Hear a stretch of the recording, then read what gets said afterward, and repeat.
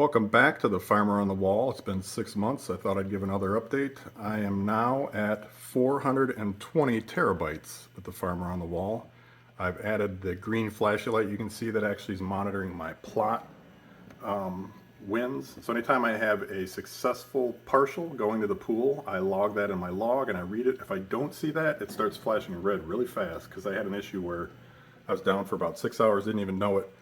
I was not setting partials because one drive had an issue, so it just shut everything down. It was very bizarre. You can see from, I think I was running at 140 last time. Now I'm at 180, so the extra drives bumped me up about 20 watts, which is not much.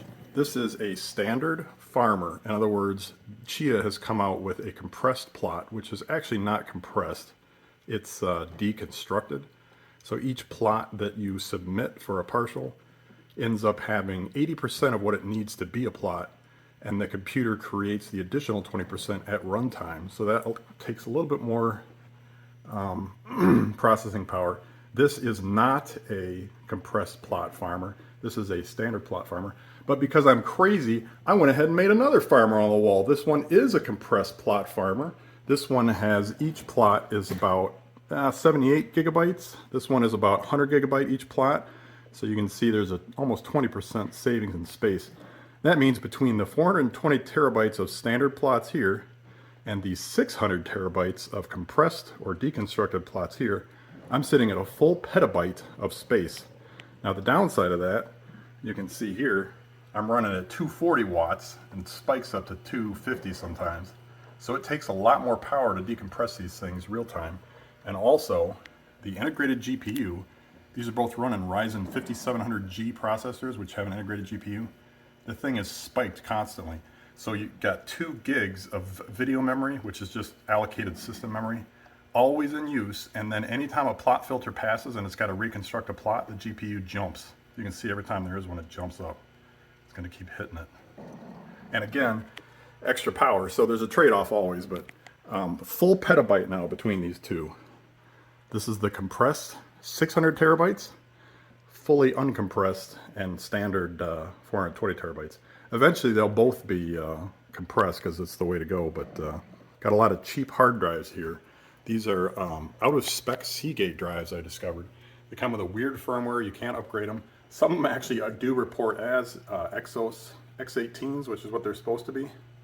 But you can't upgrade the firmware, they're just locked in. So they work, they do their job. I don't care if they fail because they'll just create more plots. Again, you can see that GPU spiking. So the compressed plot plus my traditional plot has finally brought me to the petabyte stage, which means I'm pulling in about probably half Chia every 3 days. So every 6 days I get a full Chia, which is about 32 bucks right now.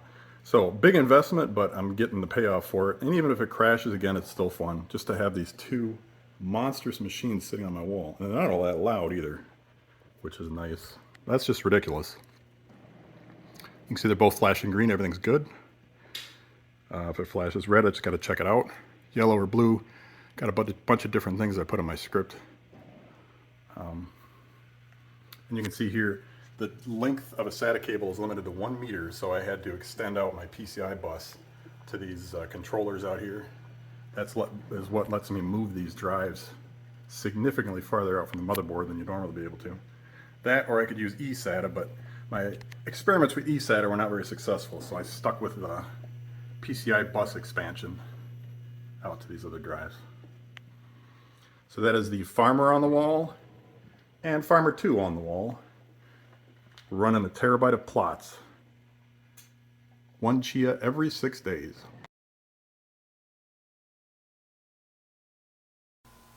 So now that we've seen the Farmers on the Wall, let's take a look at their consoles.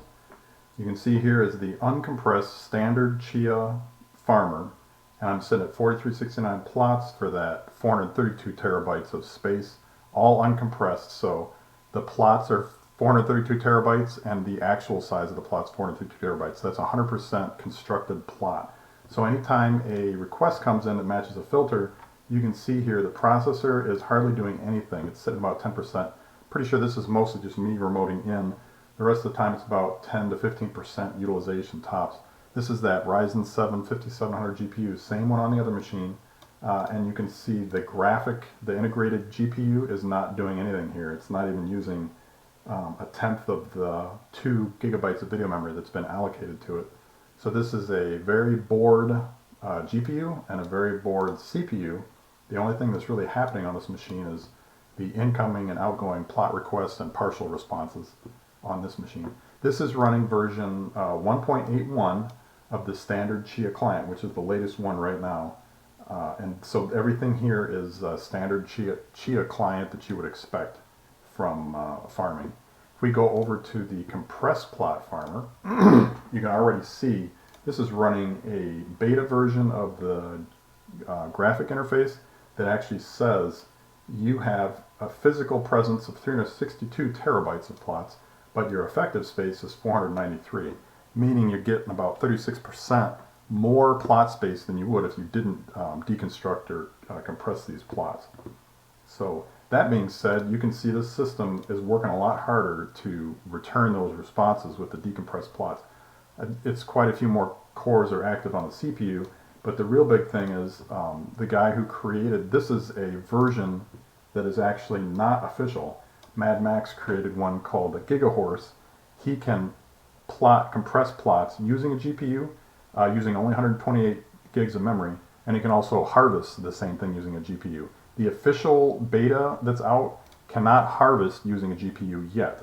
Even if they did, it would be an NVIDIA only. This is using CLI, the Radeon ones that are not even NVIDIA compute capable, but it's able to use the GPU, which I'm assuming saves a lot more time and space, or a lot more time and resources, because the GPU is a lot more efficient at reconstructing plots.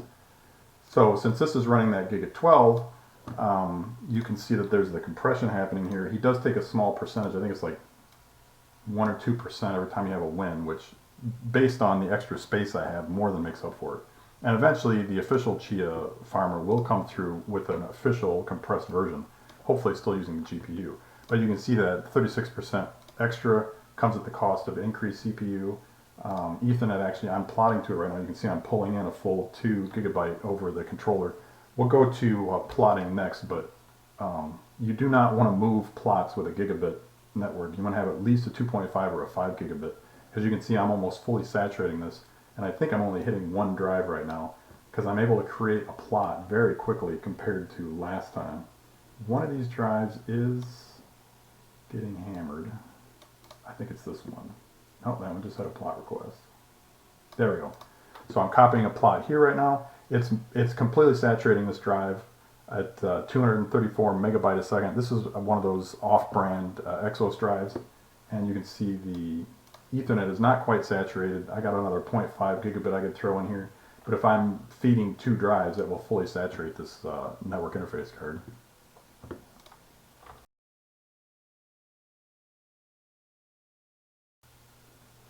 We are back at my primary workstation and plotting compressed plots to the compressed plot farmer. So each of these plots, unbelievably, only take 8 minutes to plot. I've been down to 7 depending on time of day, but 8 minutes for a plot compared to when I first started this, it was 6 hours. Then I think once we're able to maximize CPU and hard drive resources, we got it down to about 2 hours. Now every 8 minutes I can create a plot, and not just a plot, a compressed plot, which is about 75 gigs versus the full 100 gig size. So a smaller and much faster plot. You can see the reason I'm able to do that is it is using my GPU instead of the CPU to calculate these plots. That makes a huge difference in terms of what you can get done, because the CPU, remember this was pegged my last video, it's not even using the CPU because the GPU is so much more efficient at this type of calculations. The NVMe, this is a Gen 4 NVMe that I have in my, I'm sorry, this is my Gen 4, my C drive. This is a Gen 3, but it's not even using it totally because it's currently GPU bound. It will get back to 100% utilization on this, but right now it's got a good balance between the two to create these things. And then the big limiting factor currently is 128 gigs of memory, which is about the max you can go for a consumer motherboard. A lot of people have 256 gigs. They can plot with the official Chia blade bit plotter. But since I'm at 128, I'm stuck with the Mad Max plotter, which is fine because it's very fast. And the Mad Max harvester, which can read, they're not official plot formats. They're slightly modified for his compression that Mad Max created. So these are plotting and shipping out to that compressed harvester, which, as you saw, was using the GPU to then decompress or reconstruct that plot every call. So it's a little bit, it's still proof of space and time, but they threw a little bit of proof of work in there unintentionally, just because this compression was possible, so they went ahead and figured they'd support it. So that being said, this plotting is happening. The cool thing about that is this drive that I've been plotting on almost exclusively for every plot on that harvester, the compressed harvester, is sitting at 2.2 petabytes written. This drive is rated for 500 terabytes of write to this before it's no longer under warranty. So I've blown way past the warranty on this drive for plotting. But the cool thing about these NVMe drives is they can continue to write forever as long as you don't remove power from them. So since this is my boot NVMe, and I keep it under the terabyte written that it needs to have, this one right here I can just keep on going until it'll just go forever. I mean, eventually it'll run out. I don't even think the probably doesn't say it on here, but there is a percent spare on these NVMe's, and it still has 100% of the percent spare. So I've not yet had a bad byte or anything happen on this drive. It just keeps taking all the writes to it, which is pretty cool. So this is my plotter. It just keeps on running. I'm sure I'll have my compressed plot farmer full of available drives in the next couple days at this rate of a plot every 8 minutes.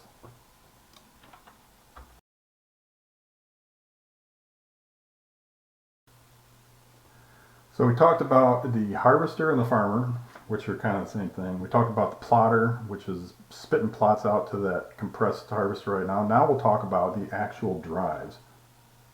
So this website I made a long time ago with a huge script. Was a lot of fun. You can see it's showing the current GPU, CPU. This is the uncompressed standard farmer. You can see nothing's going on here.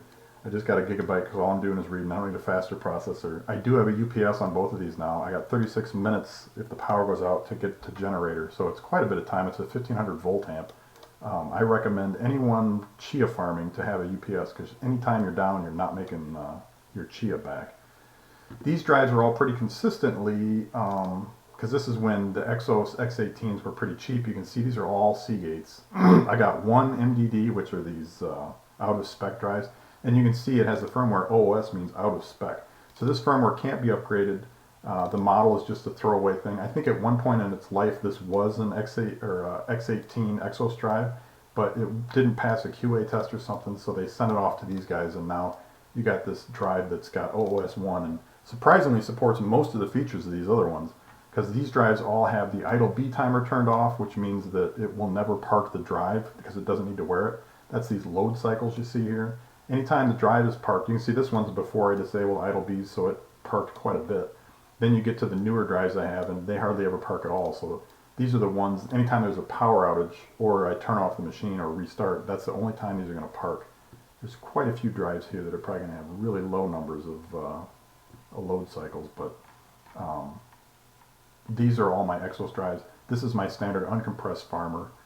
So there's nothing going on here for a CPU, GPU, whatever, and you can see the hard drives are all essentially the same one with the same firmware. This is the latest SN04 firmware for the Exos X18s.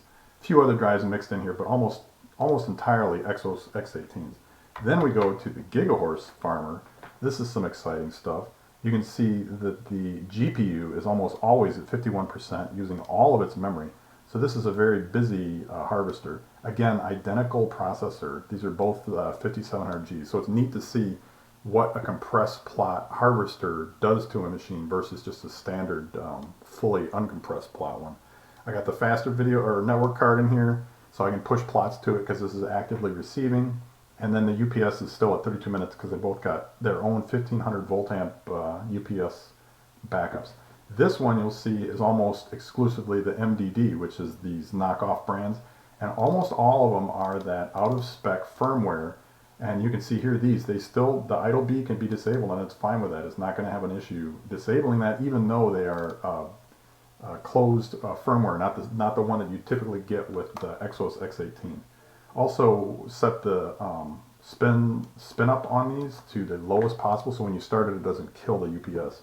So I'd recommend disabling idle B and setting the low current spin up to ultra for any drive that you get should support both of those.